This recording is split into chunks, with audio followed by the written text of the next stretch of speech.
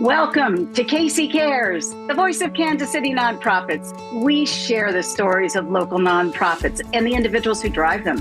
At KC Cares, we connect the nonprofit and business sectors to enhance the quality of life here in Kansas City for both residents and visitors. This KC Cares segment is brought to you by the Ewing Marion Kauffman Foundation, www.kauffman.org. I'm Ruth Baum-Biggis. We're living in a world where AI, artificial intelligence, is everywhere and touching nearly every part of our lives. Whether we realize it or not, no one's really untouched by it. Today, as we think about the upsides and the challenges of AI, we're taking a closer look at how one nonprofit is leaning into technology and using AI to work within its mission. The organization is the Center for Practical Bioethics. The center's work is raising and responding to ethical issues in health and healthcare, and it's become a trusted leader in ethics education. In fact, the center is the only independent bioethics center in the country that's actively working to put bioethics in action. To help us understand how AI fits into all of this, we're joined by James Stowe. He's president and CEO of the center. James, welcome. Ruth, thank you so much. I really appreciate you having me on. Well, we're delighted to have you on. I want to start at a very basic point. A good definition for people. What is bioethics? What the heck are we talking about? Bioethics, that's a complicated term. Sometimes it's a loaded term for people, but really it's just if you're in a healthcare situation and you have an unknown next step, there's a dilemma that you're facing. That is bioethics, where you're really trying to solve the dilemma and have a path forward that works for the patient, the family, the provider, and the law. Give us an example. This typically happens in the most complex cases. So those who are facing end-of-life issues, those who are facing really complex or kind of modern challenges.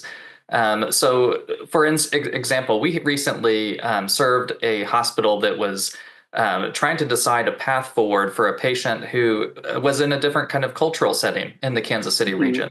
And they had different decision-making kind of parameters where family members were more active in the decision-making process than a patient normally would be in kind of mainstream United States culture. And so the provider team had a little bit of anxiety about, we're not sure, is this really the path forward that the patient wants? Should we respect the family's choices in this matter? And so they started to feel that tension, this dilemma. Mm-hmm. How should we proceed? Which is a right path forward? And they also felt a little bit of tension coming up between the family and the provider team.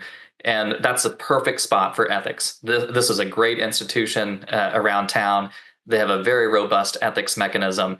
They brought the ethics consult into play. They have an ethics committee.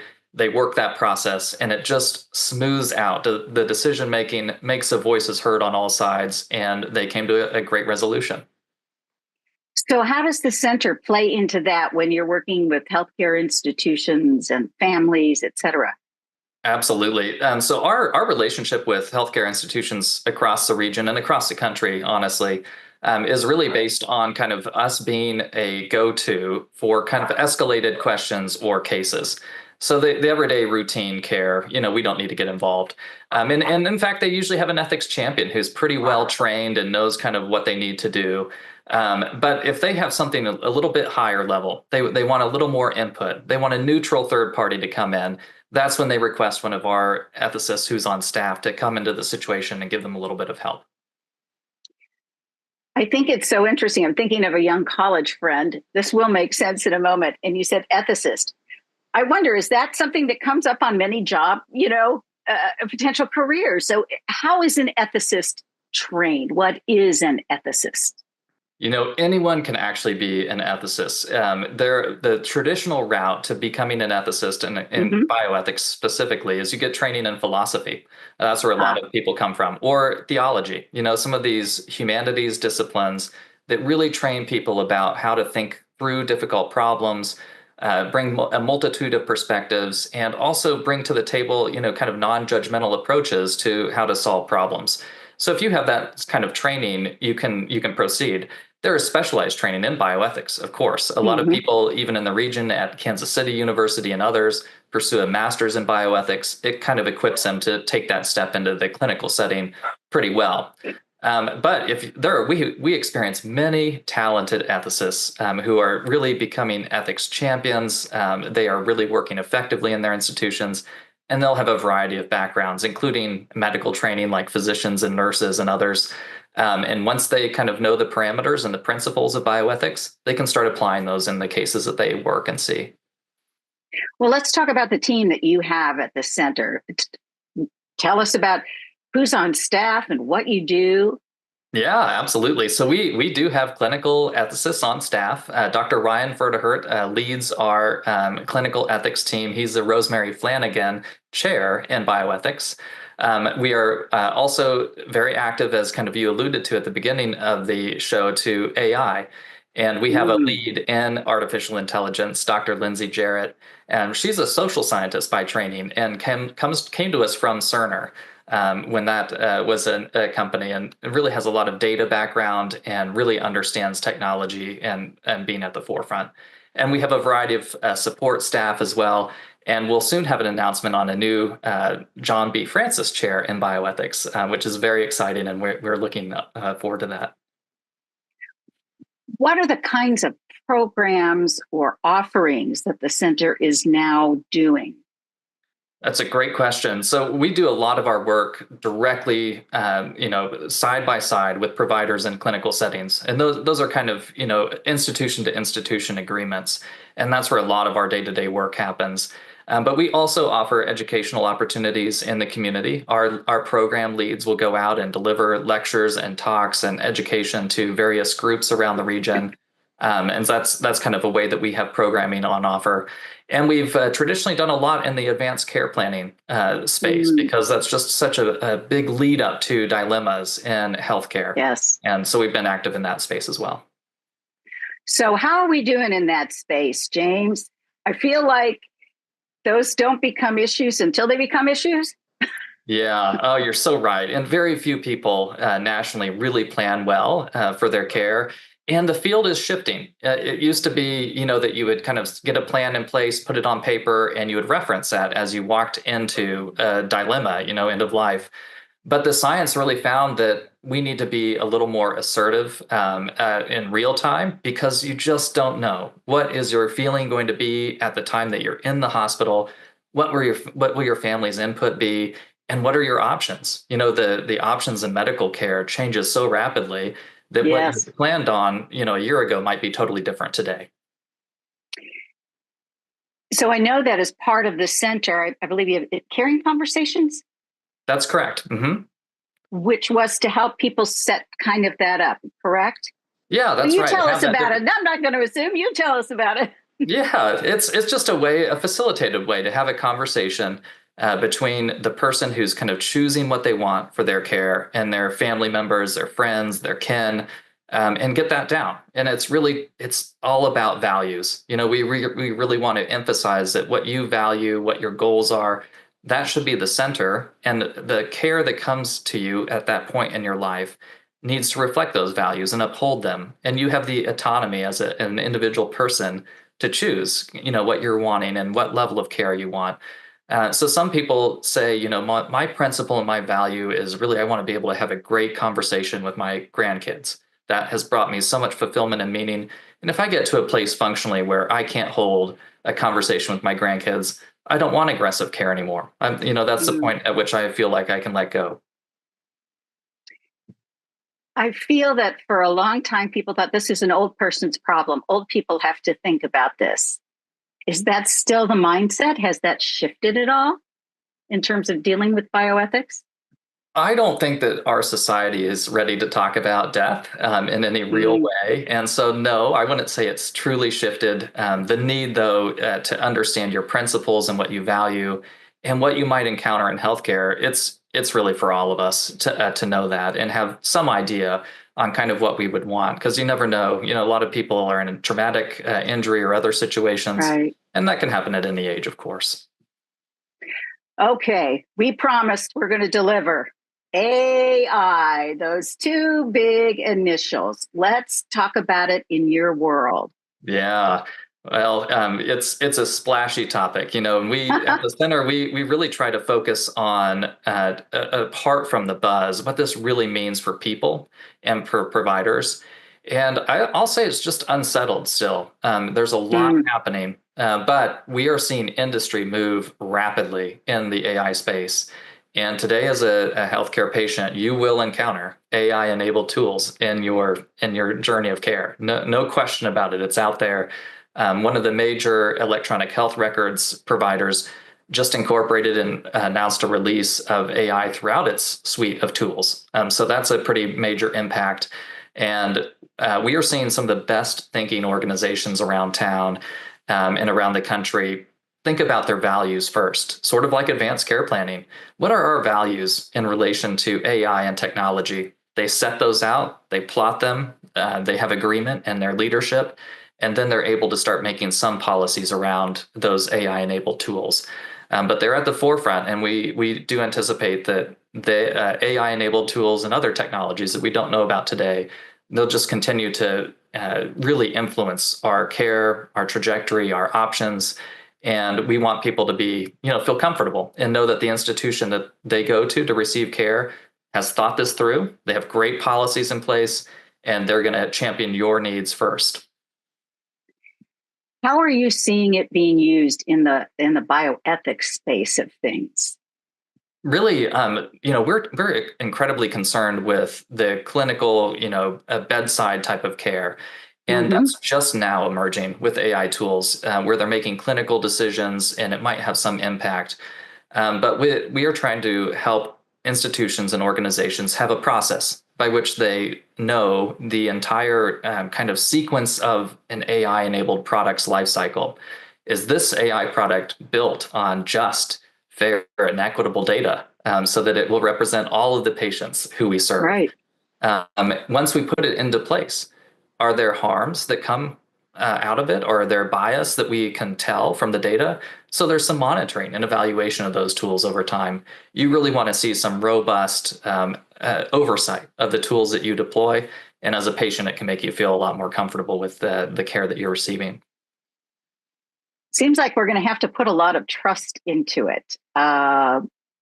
What are you hearing from the organizations you work with and then the general public that you deal with? It's still sort of unknown as far as the general public and the organizations, but we are hearing there's a lot of opportunity with AI, and some of the clinical tools have really performed quite well. And they're tools that are both coming, they're here, and in fact, as a patient, you probably wouldn't want them to be excluded from your care. So I really think that transparency is number one. So you kind of know what's ahead of you. And people are valuing transparency and privacy. The healthcare organizations and providers who understand that and know what their consumers really want, they're going to be better. They're going to have better care. They're going to have better patient pools. And people, I think, will start demanding that more and more as they become more familiar with the technology. We're talking with James Stowe. He's president and CEO of the Center for Practical Bioethics. We're all AI at the moment. All right, I have to confess, I'll put something in that I write and I'll run it through the AI, and then I will go back and check it. And sometimes there are mistakes. Okay, let's put that on the bigger stage where decisions are being made about healthcare. What are your concerns as a center and how to make sure that that canary in the coal mine is heard? Again, this goes back to kind of process and people. Yeah, we really encourage people touch points to surround these tools, and that Mm, organizations have kind of a robust set of policies and procedures by which they evaluate those tools and make sure that their providers and their leaders know what's happening, that they can demand answers from the vendors who are creating these tools and really transparently kind of understand as much as possible what's happening in that decision making process. But the risk can be high with anything. At mm. all times, if you're employing a new tool, it's a new technology. We don't understand them fully yet. They're not fully tested and rolled out.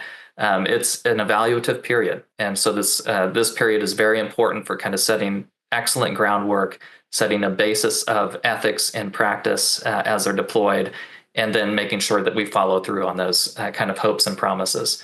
And there are cases, of course, of harm and misuse already out there in the world, and that's expected. And where it's detected, it then should be fixed, and we shouldn't see that again.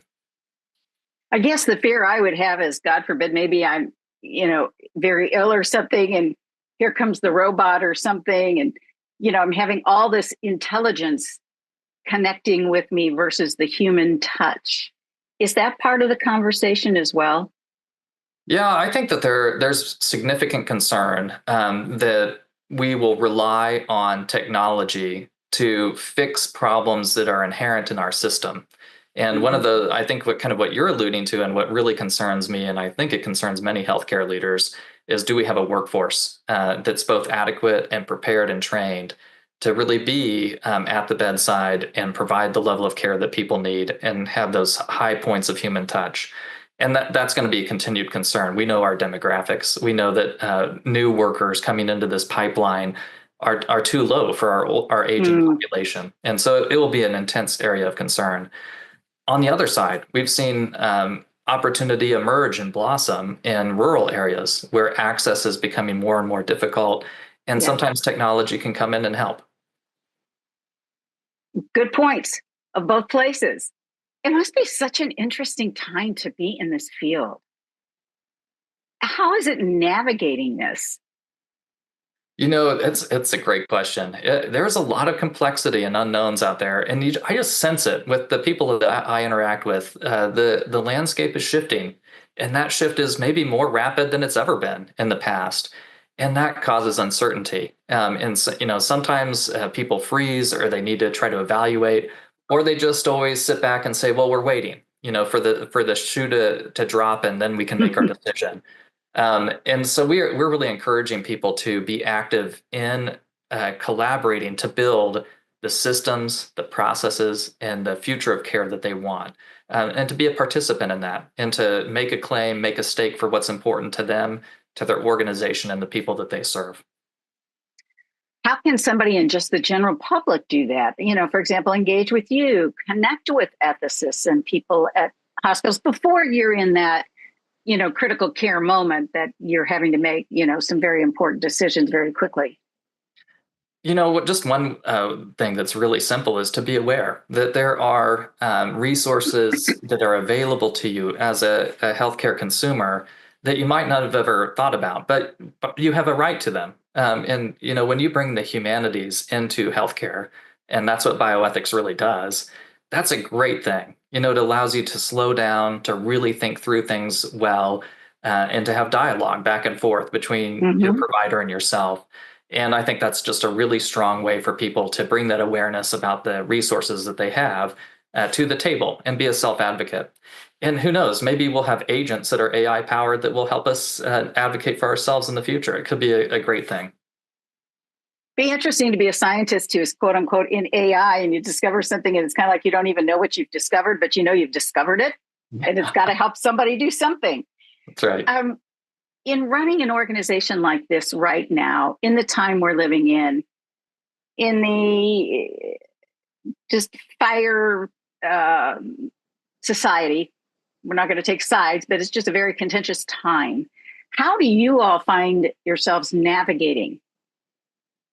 This is an extremely difficult time for nonprofits. I mean, regardless of any partisan politics, the reality is that federal funding that powered and drove the engine of nonprofit organizations across the United States has been decimated, and really shifted rapidly without new structures put into place underneath them. So a lot of things are out there unknown and hanging, and many, many, many nonprofits that I work with and for are reducing programs. They're kind of coming into the core of what they really do. And they might even have layoffs associated with those funding changes. Even if you didn't have federal funding, and the Center for Mhm. Practical Bioethics had hardly any, we are seeing a cascading effect across philanthropy, private donors, and other revenue sources that just make it a much more competitive and difficult environment for nonprofits. I'm not entirely confident that at the end of these changes, we'll emerge with a robust, thriving nonprofit sector. I think the whole sector is at risk, and it's a Mm. monumental shift. how are you all preparing at the center, thinking forward and trying to anticipate? We are making connections to our donor base, kind of trying to outline what's occurring and being very realistic with the future and the prospects that we have in this environment. And it's very, very challenging. We also are doing kind of as I alluded to, we are circling the wagons and focusing on the core of what makes the center valuable to the community, and really trying to deliver on that mission in a way that's coherent, that people see the value of what we do, and hopefully they'll see a place for the center in the future.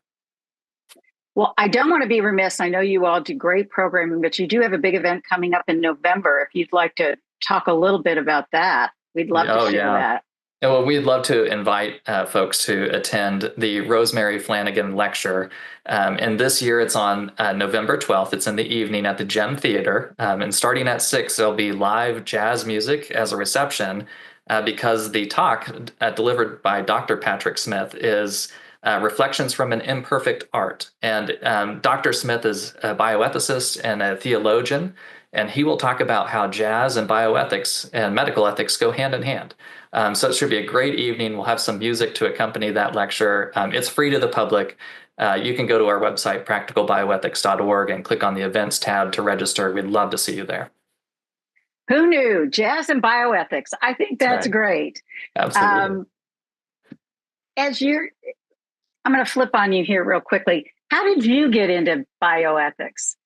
The center has always been a thought leader in systems change. And I used to work at the Mid-America Regional Council, and we had an initiative for community care, integrating social services into healthcare.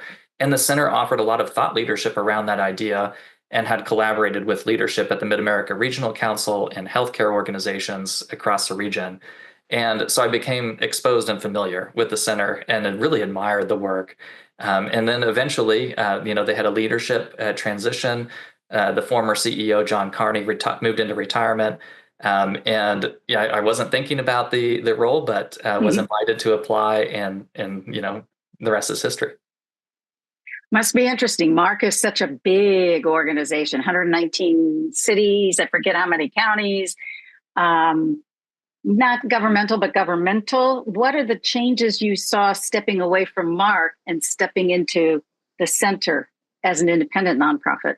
Yeah, that's a great question. So I had to roll up my sleeves and do a lot of the day-to-day admin. We're a smaller nonprofit. So I go our mail and process that, do a lot of the back end stuff. It's great fun. But the team's a lot smaller, but the focus of the center is just so laser focused on the work of bioethics. And we're really in a clinical space. So at Mark, we're kind of on the outside working on systems and relationships with healthcare. And at the center, we're really inside the healthcare organizations. And that's a significant difference and change. And I find it energizing. You've been able to tap dance, huh? Absolutely. Are people turning to you all more now in this time? As we said, so contentious. Are they looking for an ethical guide star, so to speak? Are you finding that?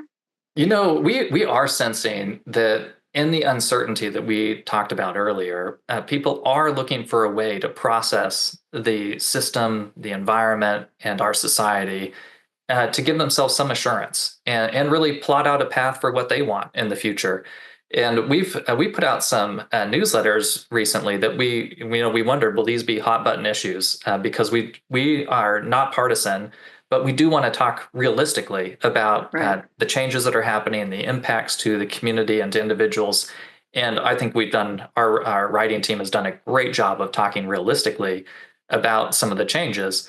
And we have noticed just great reception to that on both sides of the political aisle and on all sectors. People really enjoy seeing something that's truthful, based in fact, and that they can rely on. And I hope that people can take encouragement from having some structure to what is occurring and just to feel a little more solid. I think healthcare I should speak for myself and others that I know, sometimes it's very scary. It's very big. You're not just usually walking into a hospital where you're having to make decisions. Going to a doctor's office is one thing, but what are you sensing from the public? And how can the center help maybe calm down the fire? Yeah, it's an interesting question about our role in some of this, and we're trying to perceive that as well. Yeah, I think the answer is partnership and collaboration, and that generates communication that can lead to effective change. So that this is an intricate system, as you're saying. Access is very, very difficult, and questions about fairness and there's a lot of anger around insurance and how that really regulates your care or keeps you from the pathways of care that you want. And so those are active, open, and legitimate questions that the public has. And I think we need more sitting back, thinking about, well, how do we really want this to work? Is this a system that we want, the one that we have, or how can it change to improve matters, make access better, and be more equitable for all types of people as they kind of enter the healthcare space? And it is so complex. People really need that to, I think, effectively manage their own health. I think it's a scary time for those on Medicare, Medicaid, whatever. And you talk about equity.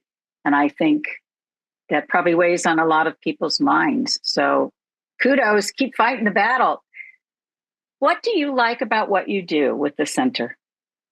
What I love most is the stories that we have, both, the clinical stories that I mentioned about a patient's journey and all of a sudden clarity coming.